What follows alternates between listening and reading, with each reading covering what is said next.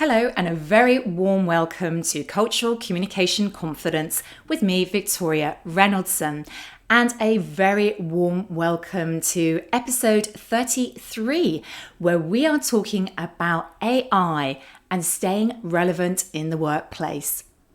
Now, if like me, you feel like everyone is talking about AI and ChatGPT, you're probably considering, how should I be using this? Whether that is for your own work, and if you're working in a business or you're running your own business, how should you be using AI and ChatGPT in your own work? Now, this is a big question, and clearly everything is changing very rapidly. In fact, sometimes hour by hour, if not day by day. So I'm going to share some insights today with my perspective on this, which is based on a panel that I was part of recently, which is exploring exactly this point. What is the impact of AI, and how should we be thinking about our human difference in the future of work? Now, this panel was amazing to be part of, not only to share my own insights, but to listen and learn from others. There were people who were experts in AI, in data ethics, and we also had an executive and talent coach share their perspective. For me, it's really interesting to explore this concept because in the world that I operate in, I think there is something really interesting about what we can do with our human skills to think about how we interact, relate to each other, and connect and build relationships in the future. In fact, AI is an incredibly exciting moment for us. It's a great opportunity to speed up work, to automate processes that have been slowing us down. However, we need to recognize that AI doesn't just simply replace a human. And if we are very cognizant of our own skills and what we add with our human difference and keep investing in our skills and our development, then we will absolutely stay relevant in the workplace of now and the future. So this change is happening right now. So when we talk about the future, we are probably talking about tomorrow and next week and next month rather than in the far, far dystopian future. So we all have to face this change now. And what I shared in this panel to start off with was that for me, what is important in the human differentiating factor is that we need to focus on how we build trust with each other. We all increasingly work in a very virtual and hybrid way with people all over the world. So the way we build trust and the way we invest in building those relationships is incredibly important. It matters that we can demonstrate that we care, particularly with customers and our partners, that we have empathy and compassion, that we have the skills to really communicate well and listen, that we know how to express our communication and also how to adjust our nonverbal communication to connect. Now, some of these themes I've already covered here in this podcast, and I will put links in the show notes to those episodes so you can explore those in detail. But coming back to the discussion, the idea of AI, I think it's quite helpful to think about it as our human skills. Now, traditionally, some of these skills were seen as soft skills.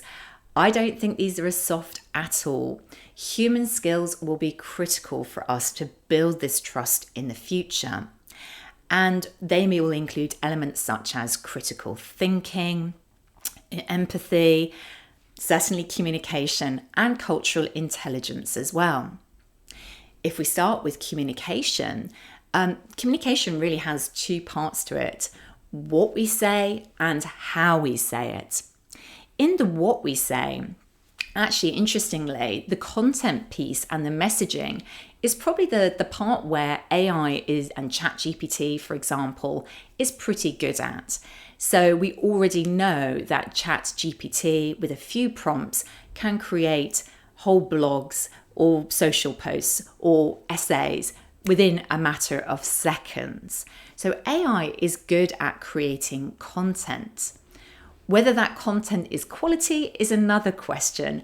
And I know there are a lot of debates at the moment about whether AI is always producing correct content or sometimes perhaps is inventing some truths. But remember, the other half of communication is how we say it. Now, that is interesting because I think this is the human differentiating factor. How we say it is what we do with our voice, how quickly we speak, how warm we make our tone of voice, whether we pause regularly and we fill those pauses with meaning. It can also be about how we sit or stand, how we arrange our body language, what we communicate with our smile, our eye contact, our hand gestures. These elements are incredibly important parts of communication. And as yet, AI is not able to use these very sophisticated elements to fully connect and relate and build trust.